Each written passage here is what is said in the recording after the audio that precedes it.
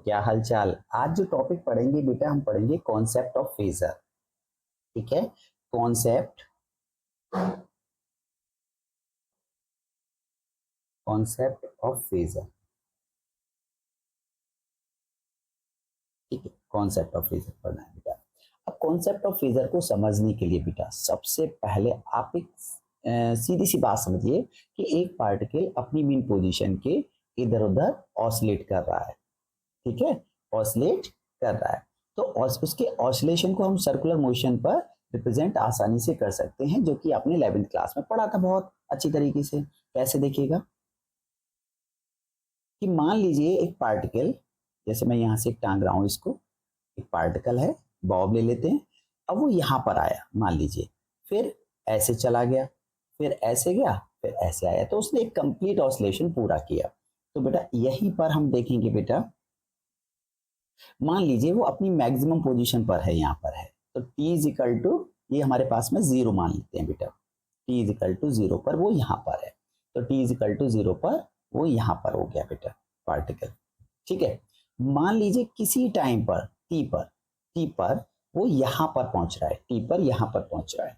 ठीक है, वो t पर मैंने यहाँ पहुंचा दिया बेटा पार्टिकल, देखिएगा t पर पहुंच गया, और t/4 पर बेटा वो यहाँ पर आ गया, t is equal to t/4, यानी t is the total time, t/4 पर वो यहाँ पर आ गया, यानी मैक्सिमम वैल्यू पर आ गया t/4 पर। इसके बाद में फिर वो आ गया यहाँ पर बेटा, यहाँ पर फिर रिटर्न करेगा तो वो हो गया t/2 पर यहाँ पर आ गया, तो t/2 यहाँ लगा देते हैं। ठीक है, फिर वो यहाँ पहुंच जाएगा बेटा, अपना कहाँ पहुंचेगा, 3t/4 पर, तो 3t/4 यहाँ पर आ गया, फिर रिटर्न होगा अपनी ओरिजिन पे आ जाएगा, मतलब वापस आ जाएगा, तो वो आपके पास में वापस आ गया टी टाइम पर, टोटल टाइम टी पर वो वापस आ गया। अब देखिए ऑसिलेट कर रहा है, हमने यहाँ मेंशन कर लिए। अब यहाँ पर बात करते हैं, मान लीजिए वो इस पॉइंट पर यानी पी पॉइंट पर था, टी टाइम पर इस पॉइंट पर था, और यहाँ से कितना एंगल ले रहा था बेटा, थीटा ले रहा था। Theta is the phase, angle को ही फेज कहते हैं बेटा, इसी को हम आपको समझा रहे हैं।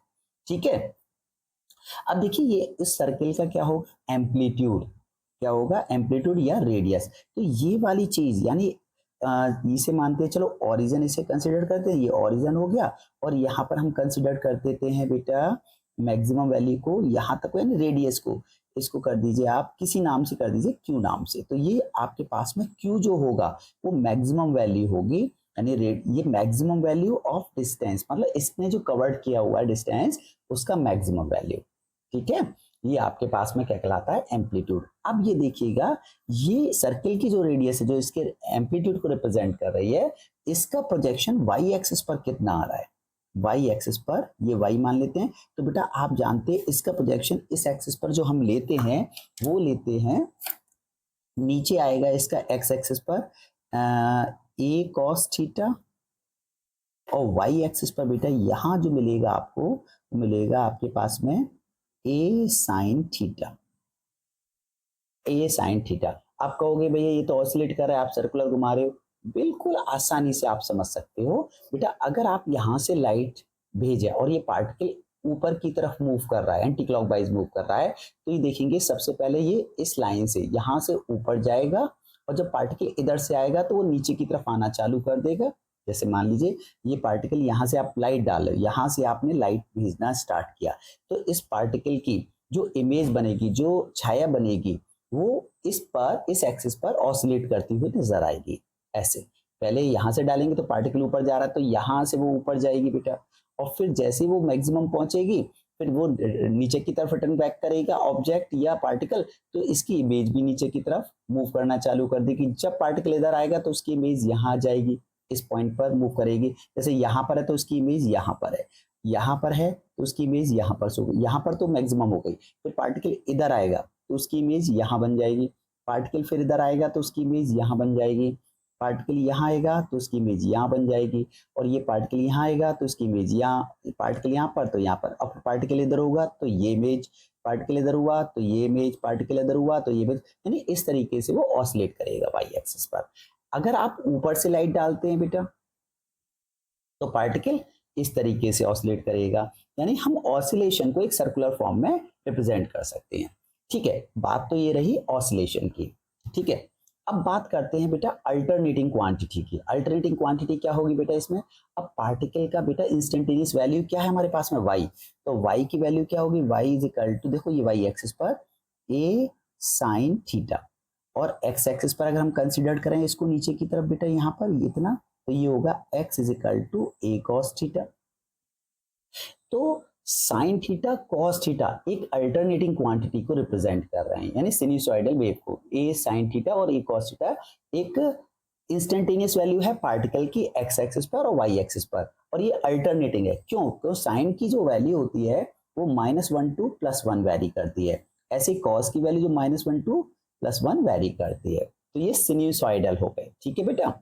अब बात करते हैं थीटा। थीटा यहाँ पर क्या कहलाता है? फेज। अब मान लीजिए ये पार्टिकल ओमेगा वेलोसिटी से मूव कर रहा है, एंगुलर वेलोसिटी से मूव कर रहा है, तो बेटा थीटा और टी टाइम पर यहाँ पर पहुंच गया, तो आप ये जानते हैं omega is equal to theta over t, that is the angular velocity. तो थीटा की वैल्यू क्या हो जाएगी बेटा? Omega t. तो ये यहाँ पर आप प्लेस करा देंगे, तो y is equal to a sine omega t और x is equal to a cos omega t हमको मिल जाएगा, ठीक है। और ये ओमेगा टी हमारे पास में क्या कहलाते हैं?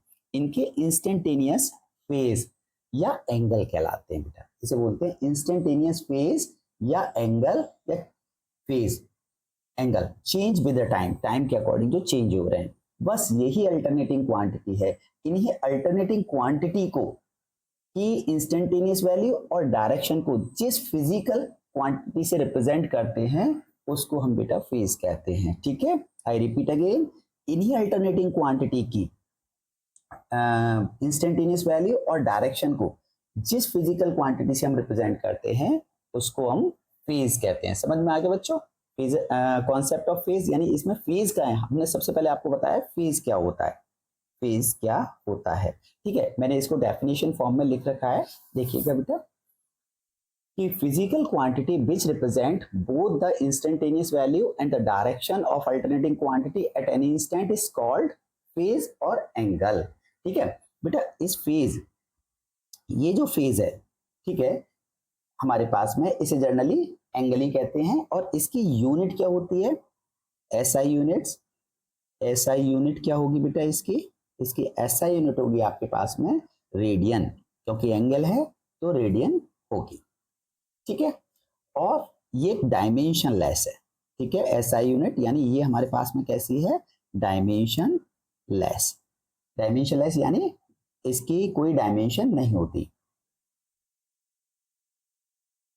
लेस क्वांटिटी है,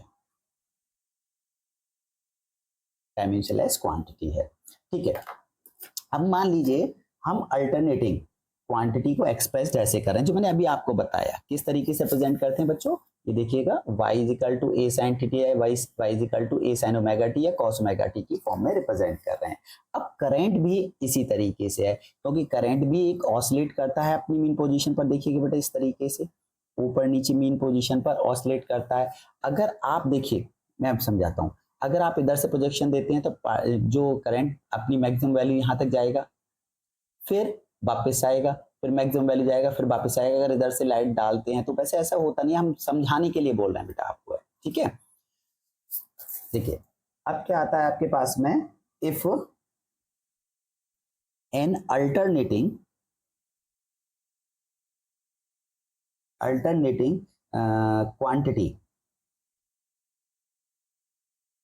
क्वांटिटी इज एक्सप्रेस्ड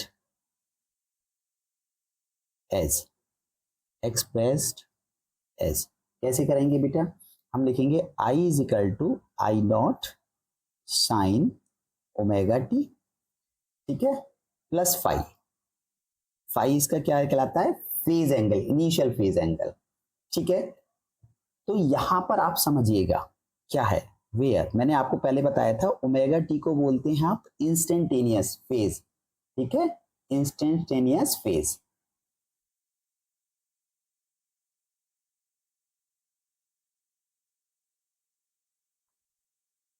फेज होगा, और फाई क्या कहलाता है? फाई आपका कहलाता है इनिशियल फेज, इनिशियल फेज ये कहलाएगा आपके पास में इनिशियल फेज। और बेटा आई क्या कहलाएगा यहाँ पे आपके पास में, इंस्टेंटेनियस वैल्यू ऑफ करंट।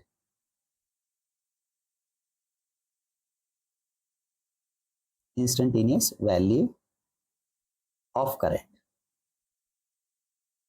ठीक है, इंस्टेंटेनियस वैल्यू ऑफ करंट। और आई नॉट आपका क्या होगा यहाँ पे, आई नॉट को बोलेंगे हम एम्पलीट्यूड या मैक्सिमम वैल्यू ऑफ करंट, ठीक है, मैक्सिमम वैल्यू ऑफ करंट या एम्पलीट्यूड करंट, करंट, ठीक है, एम्पलीट्यूड करंट बोलेंगे या मैक्सिमम वैल्यू ऑफ करंट बोलेंगे या पीक वैल्यू ऑफ करंट बोलेंगे, कभी इसको बोल सकते हैं पीक वैल्यू ऑफ करंट, ठीक है। ये इसमें इतनी टर्म आपको ये याद रखनी है बेटा, ठीक है। फाई क्या है हमारे पास में, initial phase, constant with respect to time, with respect to time, time के रेस्पेक्ट में है बेटा। अब बेटा दूसरा टर्म फेजर को समझने के लिए है, वो है फेज डिफरेंस। कितना है, फेज डिफरेंस, ये आपको याद रखना है। मान लीजिए आपके पास में जो करंट और वोल्टेज है, ठीक है, अल्टरनेटिंग वोल्टेज को हम लिख रहे हैं, इफ आपके पास में अल्टरनेटिंग वोल्टेज है ना, अल्टरनेटिंग वोल्टेज क्या है बेटा, अल्टरनेटिंग वोल्टेज को कैसे रिप्रेजेंट करेंगे, V is equal to V naught sine omega t plus phi one कर सकते हैं बेटा, ठीक है, फाई वन। और अल्टरनेटिंग करंट क्या है, टी है बेटा, ALTER अल्टरनेटिंग करंट क्या होगी बेटा, I is equal to I not sine omega t plus phi two, ये आपके पास में आ गई, ठीक है। अब देखो बच्चों, अब फेज डिफरेंस चाहिए, तो फेज डिफरेंस कैसे होगा, डेल्टा फाई, डेल्टा फाई वो कितना होता है, डेल्टा फाई होगा आपके पास में, इनके आर्गुमेंट को आप सब्सट्रैक्ट कर दीजिएगा, ठीक है, आर्गुमेंट को सब्सट्रैक्ट कर देंगे, या तो पूरा omega t plus phi one minus omega t plus phi two कर सकते हैं, ठीक है, कर सकेंगे। क्या होगा बेटा आपके पास में, फेज एंगल सब्सट्रैक्ट करेंगे, omega t plus phi one minus omega t plus phi two, तो आपके पास मिलेगा delta phi is equal to phi one minus phi two, ये आपके पास में फेज डिफरेंस आ जाएगा दोनों, ठीक है, निकल आया। रिलेटिव टू करंट और रिलेटिव टू वोल्टेज, हम इसको ऐसे भी लिख सकते हैं, रिलेटिव, रिलेटिव टू करंट और रिलेटिव टू वोल्टेज, किसी के अकॉर्डिंग, एक के अकॉर्डिंग कह सकते हैं बेटा। अब एक और आता है टाइम डिफरेंस, फेज डिफरेंस हो गया, टाइम डिफरेंस, ये टर्म आपको याद रखनी चाहिए, फेजर को समझना है तो याद होनी चाहिए, ठीक है। अब ये यहां पे कर रहे हैं, if phase angle between alternating current and voltage, कितना है बेटा, alternating current voltage is phi है, देन टाइम डिफरेंस कितना आ जाएगा उसका, टाइम डिफरेंस बिटवीन देम कितना होगा बेटा, वो होगा डेल्टा फाई, आप निकालना, delta phi is equal to 2 pi by t into delta t, ये आपके पास में फेज डिफरेंस और टाइम डिफरेंस का रिलेशन है बेटा, क्लियर है, ये याद रहना चाहिए आपको, ठीक है। अब बेटा बात करते हैं फेजर की, अभी हमने आपको पढ़ाया फेज, फिर फेज डिफरेंस और टाइम डिफरेंस, तो फेजर की जर्नली आप एक डेफिनेशन याद करिए और समझिए कि एक कॉम्प्लेक्स नंबर होता है that represent amplitude and phase of the sinusoidal is known as phasor, जो बेटा मैंने अभी आपको यहां तक बताया, ठीक है। ऐसी फिजिकल, जैसे मैंने बोला फिजिकल क्वांटिटी, यही फिजिकल क्वांटिटी, हम यहाँ पे बोल रहे हैं कॉम्प्लेक्स नंबर, ठीक है, कॉम्प्लेक्स नंबर, देख बेटा कॉम्प्लेक्स नंबर फेजर को आप बता रहे हैं बेटा, फेजर, फेजर क्या है? A complex number, number that represent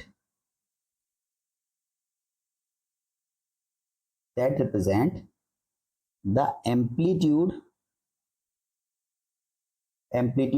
and phase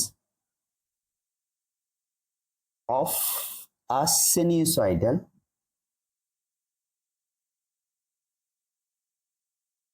is called sinusoid भी कह सकते हैं, साइनसॉइड और कर दीजिए, और sinusoid is known as phasor, ठीक है, इज नोन एज फेजर। अब देखो बेटा, आपके पास में मान लीजिए ऐसे लिखा हुआ है, कोई फंक्शन लेते हैं, टाइम का फंक्शन है V t is equal to 3 cos omega t plus 3 degree. तो आप इसको कैसे लिखोगे? फेजर की फॉर्म में लिखोगे, V phasor is equal to 3 angle 30 degree या 3 डिग्री, जो आपके पास में है। इसको यहाँ पर 3 क्या है बेटा, इसको 30 कर लेते हैं, चलो 30 डिग्री, 30 डिग्री। तो ई क्या है, 3 क्या है आपके पास में, एम्पलीट्यूड वैल्यू हो गई, और इसका फेज एंगल हो गया। तो यही तो बता रहे हैं बेटा, फेज एंगल और एम्पलीट्यूड वैल्यू को रिप्रेजेंट करना आपका क्या कहलाएगा, फेजर कहलाएगा। अब बेटा बात करेंगे हम फेजर डायग्राम की, किसकी बेटा, फेजर डायग्राम की, ठीक है। देखो बेटा, फेजर डायग्राम समझो बेटा। अब आता है phasor diagram, phasor diagram, phasor diagram. Phasor diagram को समझना है तो ऐसे समझिएगा, देखो, a diagram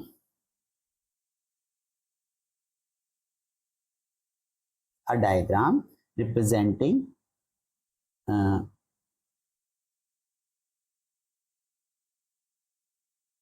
a diagram representing alternating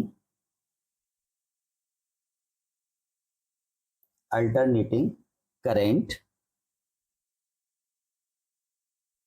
and voltage of same frequency see as vectors, और क्या कहलाते हैं, फेजर, ठीक है, with phase angle,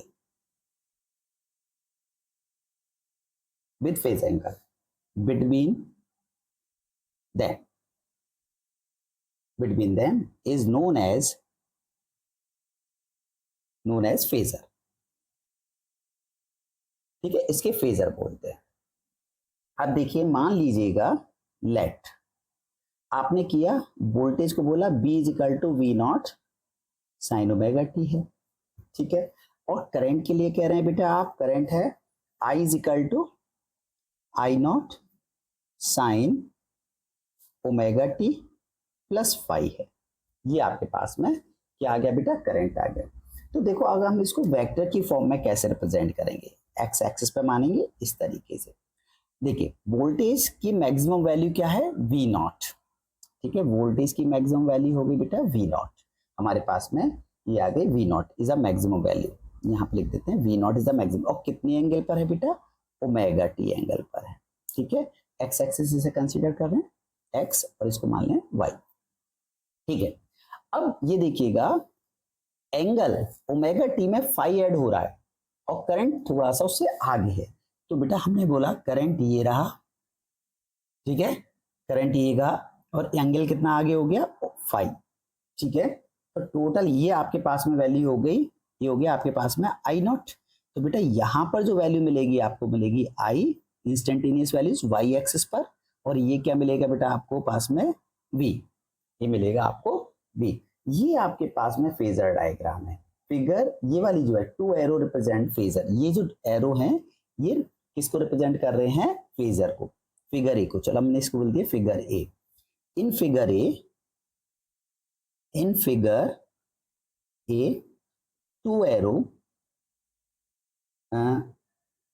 arrows represent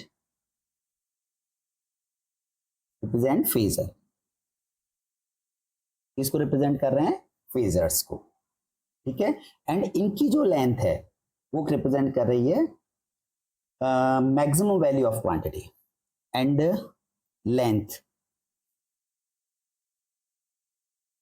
length of phasor represent maximum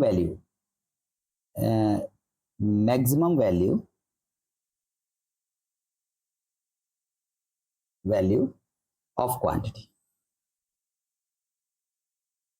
मतलब ये वाली जो लेंथ है वो आपकी वोल्टेज की मैक्सिमम वैल्यू वी नॉट को, और ये वाली वैल्यू आई नॉट को रिप्रेजेंट कर रही है, मतलब इसकी जो लेंथ है। क्लियर? अब बेटा इसको हम किस फॉर्म में और बना सकते हैं? देखिए बेटा, हम इसको इस फॉर्म में भी बना सकते हैं। दूसरे में फेजर में ड्रॉ कर रहे हैं बेटा, यहां पर एक्स एक्सिस पर हमने ले लिया बेटा वी नॉट। क्या ले लिया? V naught. और वी नॉट से कितना आगे है करंट? 5। तो हमने इसको रिप्रेजेंट कर दिया आई। ये हो गया आई नॉट, कितने एंगल पर है? 5 एंगल पर, वाई एक्सिस पर। हम इसको इस तरीके से भी रिप्रेजेंट करते हैं। अब इसमें भी 2 एरो हैं, ये दोनों किसको रिप्रेजेंट कर रहे हैं? फेजर को। और इनकी लेंथ किसको रिप्रेजेंट कर रही है बेटा? इनकी मैक्सिमम वैल्यू को। ठीक है, ये फिगर बी में यही सेम टू सेम 2 एरो, यानी कौन कौन से? ये वाले एक एरो, एक ये वाला एरो जो बी नॉट के लिए है, और एक आई नॉट के लिए है। ठीक बेटा, अब बात करते हैं प्रॉपर्टी की। प्रॉपर्टी ऑफ फेजर डायग्राम क्या है? फेजर की प्रॉपर्टीज एक की तरह प्रॉपर्टीज, ठीक है, प्रॉपर्टीज। तो प्रॉपर्टीज क्या है? सबसे पहली प्रॉपर्टी है बेटा, याद रखना, दे रोटेट। कौन? फेजर वेक्टर्स, दे रोटेट एंटी क्लॉकवाइज,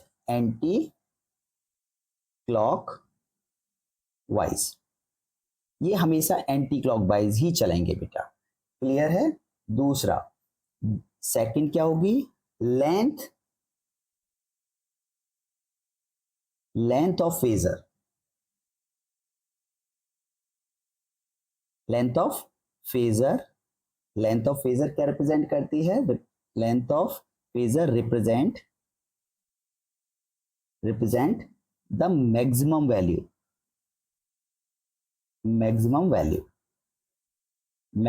को रिप्रेजेंट करती है।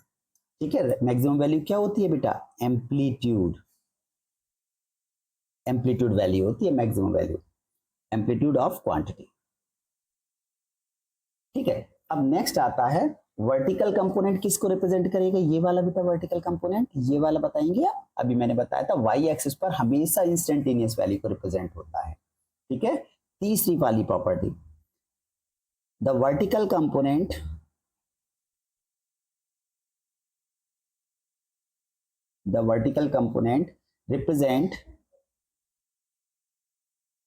represent its instantaneous value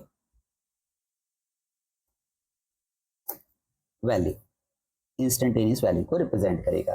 कैसे बेटा? अभी हमने बताया, दोबारा देखो, दोबारा यहां पर ये एक्स एक्सिस, ये बेटा तुम्हारे पास में हो गई वाई एक्सिस।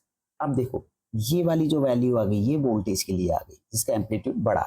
ठीक है ना, क्योंकि वोल्टेज 240 230 220 तक चलता है, और करंट 10 एम्पियर 5 एम्पियर 25 एम्पियर तक मूव करता है। अभी आ गया ओमेगा टी पर।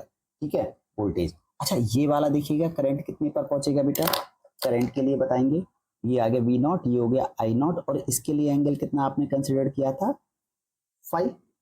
ठीक है, तो ये वाली जो आप वैल्यू लेंगे बेटा, ये वाली जो वैल्यू होगी वो कहलाएगी इंस्टेंटेनियस वैल्यू आई। और बेटा इसको थोड़ा सा और बड़ा कर देते हैं, ये वाली जो वैल्यू आएगी, ये आपके पास में होगी v। ठीक है, ये क्या होगी? v, instantaneous value. अब आता है बेटा लैगिंग एंड लीडिंग कॉन्सेप्ट। ठीक है, कौन लैग कर रहा है, कौन लीड कर रहा है। चलो बच्चों, अब जो करेंगे वो लैगिंग एंड लीडिंग कॉन्सेप्ट पढ़ते हैं फेजर डायग्राम में, ठीक है।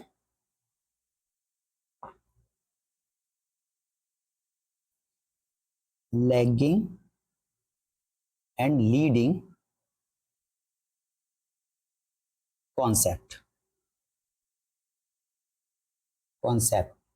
इन फेजर,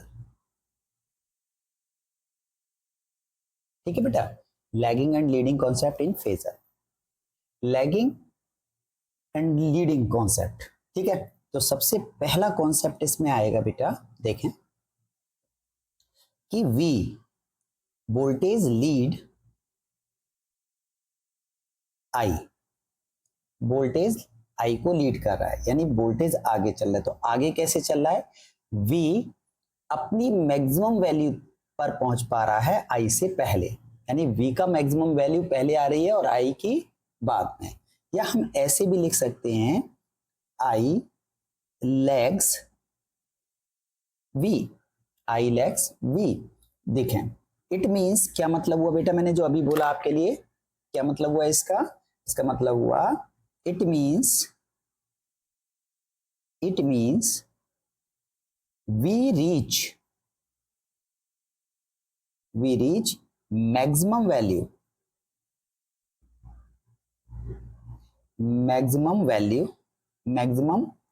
या मैक्सिमम एम्पलीट्यूड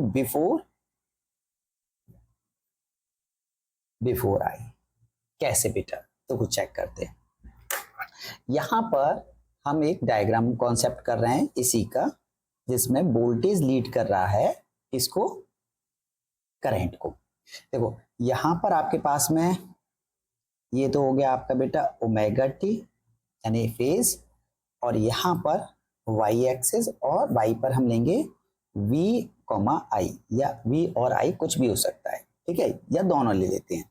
देखिए वोल्टेज अपनी मैक्सिमम वैल्यू तक पहले पहुंच गया,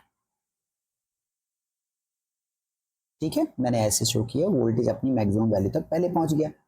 लेकिन जो करंट है वो बाद में, वो अपनी मैक्सिमम वैल्यू तक उससे बाद में पहुंच पा रहा है।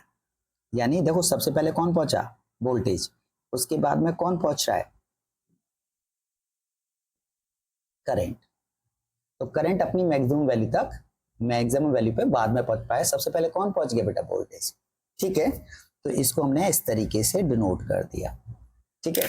तो यहां पर ये जो वैल्यू होगी आपके पास में, ये मैक्सिमम वैल्यू हो जाएगी वी नॉट, और बेटा ये वाली जो मैक्सिमम वैल्यू होगी ये करंट की कहलाएगी आई नॉट, ठीक है। तो इसका जो फॉर्मूला आएगा, ये तो हमारे पास में हो गया V is equal to V naught sine omega t. तो करंट के लिए क्या फॉर्मूला बनाएंगे हम इसके लिए, क्योंकि पीछे चल रहा है, पीछे चल रहा है मतलब लैग्स बिहाइंड है, तो आप करेंगे I is equal to I not sine omega t minus five. कितना फेज पीछे चल रहा है, फाइव, और फाइव कहां से निकालोगे, यहां पर जो एंगल होगा ओमेगा टी के संग में, जो यहाँ पे pi by 2, pi by 4, pi by 3 जो भी कुछ हो वो यहाँ लिखा जाएगा, ठीक है। तो अब हम इसको इसी को लिख पा रहे हैं, देखिए बेटा, let if v is equal to V naught sine omega t लिखते हैं, तब क्या लिख पाएंगे हम, then I is equal to I not sine omega t minus five, पीछे हो जाएगा।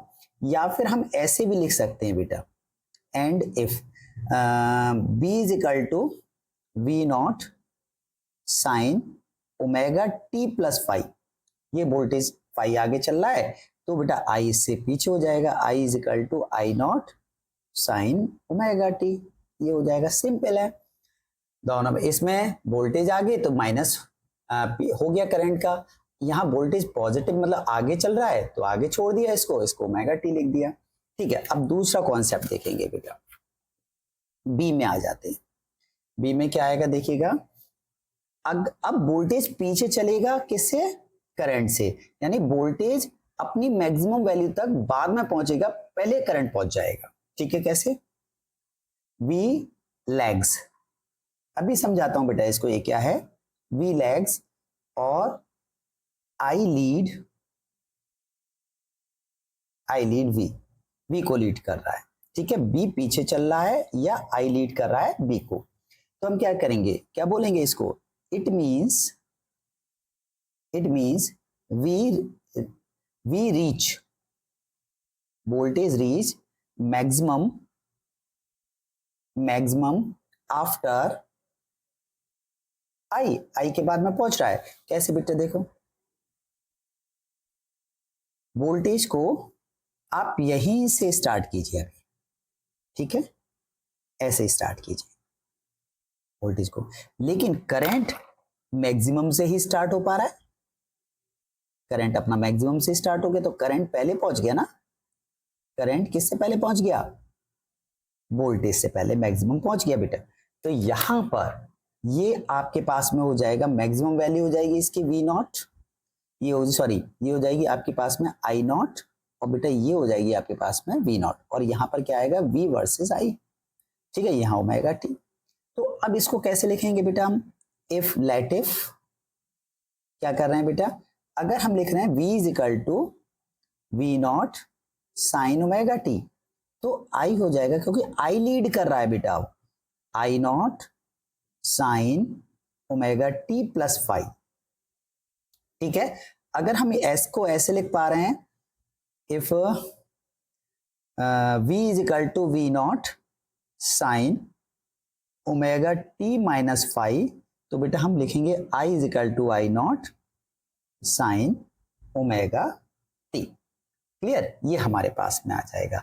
अब देखो इसका फॉर्मूला क्या जाएगा, इसका फॉर्मूला आप लिख सकते हो i is equal to I not sine omega t, मतलब इसकी इक्वेशन प्लस फाइव आगे चल रही है, और इसके लिए आप लिखोगे बेटा v is equal to V naught sine omega t, clear, ये आपके पास में आ जाएगा। एक बहुत अच्छा न्यूमेरिकल्स इसके ऊपर करते हैं। अच्छा, आप ये सोच रहे होंगे कौन लीड कर रहा है कौन लैग कर रहा है, ये कैसे हो पा रहा है, देखो अब मैं तुमको एक छोटे से एग्जाम्पल से समझाता हूँ, यहाँ पर ऐसे समझिए, जैसे आप जैसे रेजिस्टेंस लेते हैं बेटा, रेजिस्टेंस लीजिएगा, इसमें करंट भेजेंगे आई, और ये हो गया आर, आपने क्या अप्लाई किया है बेटा, वोल्टेज, ठीक है, बी अप्लाई किया, जैसे जैसे आप वोल्टेज बढ़ाएंगे वैसे वैसे करंट की वैल्यू बढ़ती चली जाएगी, यानी ओम्स का लॉ है सीधा सा, V is directly proportional to आई।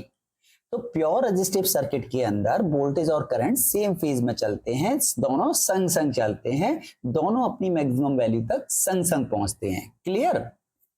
अब आ जाओ बेटा इंडक्टेंस के अंदर, देखिए इंडक्टेंस के अंदर क्या होगा, आपने वोल्टेज अप्लाई किया, करंट पहुंच गया, अब करंट इसके अंदर जाएगा, अब इसके अंदर क्या होगा बेटा, मैग्नेटिक फील्ड क्रिएट हो जाएगा, ठीक है ना, मैग्नेटिक फील्ड क्रिएट हो जाएगा।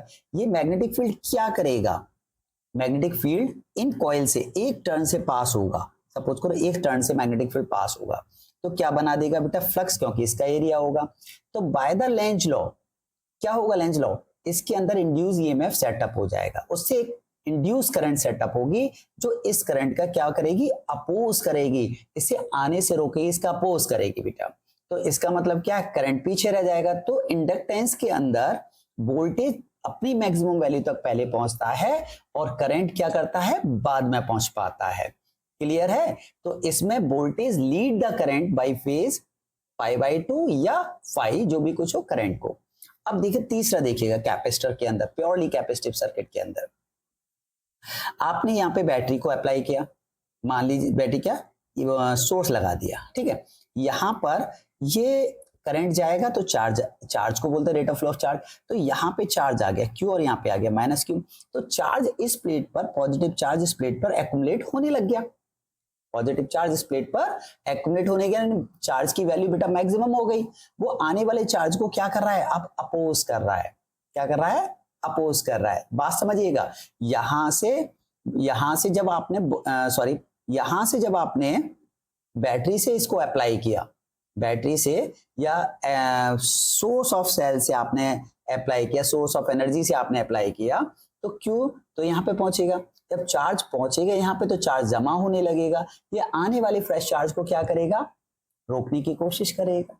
तो करंट तो पहले पहुंच गया बेटा, अब वोल्टेज रुकेगा, कैसे, क्योंकि बैटरी इसको आगे भेजना चाहेगी। तो हमारे पास में फॉर्मूला था V = W/Q, यहाँ पे चार्ज मैक्सिमम है, चार्ज मैक्सिमम है तो वोल्टेज क्या रह जाएगा, पीछे रह जाएगा, यानी करंट अपनी मैक्सिमम वैल्यू तक पहले पहुंच जाएगी और वोल्टेज बाद में पहुंचेगा। क्लियर है, यही लैगिंग और लीडिंग कॉन्सेप्ट है बेटा। ठीक है, नेक्स्ट देखेंगे बेटा आगे, इस पे न्यूमेरिकल देखते हैं, बहुत अच्छा न्यूमेरिकल करते हैं। देखिए लैगिंग एंड लीडिंग कॉन्सेप्ट में एक सवाल करते हैं, चलो एग्जाम्पल लेते हैं बढ़िया सा। आपको गिवन है if V1 is equal to V0 sine omega t, ठीक है, और V2 आपको दे दिया, मान लीजिए V0 sine omega t plus pi by 3। अब आप जानेंगे कि V2 जो वोल्टेज है, ये वाला जो वोल्टेज है, इस वाले वोल्टेज को पाई बाई 3 लीड कर रहा है। ठीक है, find the resultant of two voltage. अब इन दोनों का रिजल्टेंट चाहिए, find the resultant of two voltage. कैसे करेंगे बेटा find the resultant of two voltage? देखो बहुत आसान है। सबसे पहले आप एक डायग्राम बनाएं एक्स वाई के बीच में, ठीक है। अब यहां चेक कीजिए, यहां पर मान लीजिए मैं B1 लेता हूं, यहां पर क्या लेता हूं, B1, ये वाला मैंने ले लिया बेटा B1 वोल्टेज, और B1 का मैक्सिमम वैल्यू कितनी है बेटा, V0, तो ये मेरे पास में आ गई V0, इधर आ गया मेरे पास में V0। अब दूसरा V2 V1 से यानी V0 से कितना आगे है, पाई बाई 3, तो ये मेरे पास में मान लीजिए पाई बाई 3 आ गया, पाई बाई 3, ये हो गया मेरा पास में पाई बाई 3 आगे आ गया बेटा। ठीक है, ये हो गया V2 is equal to V0, इसकी भी वैल्यू V0 है। तो बेटा अब थर्ड देखेंगे बेटा, इनका रिजल्टेंट वैल्यू क्या जाएगी, इन दोनों की रिजल्टेंट वैल्यू, तो इन दोनों की रिजल्टेंट वैल्यू ये वाली होगी। ठीक है, बाय आपने पढ़ा हो ना पैरेललोग्राम थ्योरम, तो उसी का फॉर्मूला लगाते हैं बेटा, ये आ गया R। तो बताओ कितना आएगा R का formula, R is equal to under root V1 का स्क्वायर प्लस V2 का square plus 2B1 B2 cos theta. अब देखो V1 की वैल्यू भी V0 है का स्क्वायर, V0 का स्क्वायर, V2 की वैल्यू भी वही है 2V0 डॉट V0, और cos एंगल कितना है बेटा, pi by 3, cos pi by 3। तो वैल्यू आपको देखो कितना मिली, आपके रिजल्टेंट वैल्यू कितनी मिली, यहाँ तो होगी 2V0 प्लस 2V0 का स्क्वायर, और cos पाई बाई 3 कितना होता है 1/2, इससे कैंसिल हो गया। तो आपको मिल गया बेटा R is equal to under root 3V0 का स्क्वायर, यानी अंडर रूट 3V0, तो R की वैल्यू आपको मिल गई अंडर रूट 3V0। क्लियर है, मैक्सिमम वैल्यू। अब रिजल्टेंट वोल्टेज इक्वेशन कैसे लिखोगे, रिजल्टेंट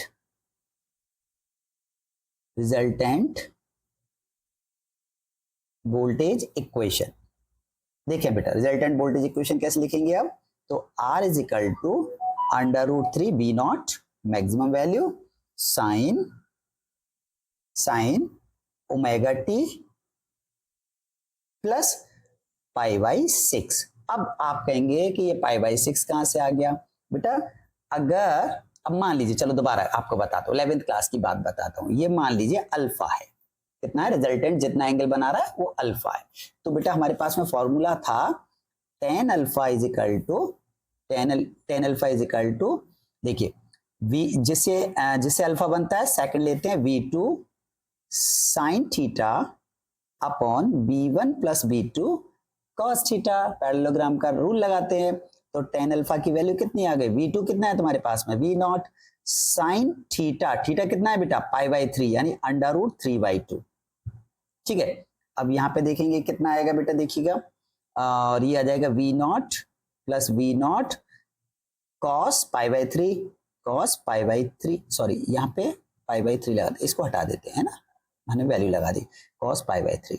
तो बेटा अब कितना आएगा, देखो tan alpha is equal to V0 under root 3/2, मैंने डायरेक्टली वैल्यू लगा दी थी यहाँ पे। अब देखिए V0 प्लस V0 और cos पाई बाई 3 हो गया 1/2, यानी ये। ठीक है, अब चेक करिए बेटा, इसमें से इसको सॉल्व करते हैं, tan alpha is equal to V0 root 3/2, और बेटा ये हो जाएगा 3V0/2, 2 से 2 कैंसिल, इससे ये कैंसिल, तो बेटा अंडर रूट 3/3, इससे कितने बार कट गया अंडर रूट 3, तो tan alpha is equal to 1/√3। ये बेटा आपके पास वैल्यू होती है tan पाई बाई 6 की, तो अल्फा की वैल्यू कितनी आ गई, π/6। यानी ये रिजल्टेंट की जो रिजल्टेंट होगा वो पाई, उस पर अल्फा की वैल्यू कितनी हो जाएगी, π/6। क्लियर, ऐसे निकालते हैं। चलिए आपको एक और क्वेश्चंस देते हैं, करने की कोशिश करते हैं, ठीक है।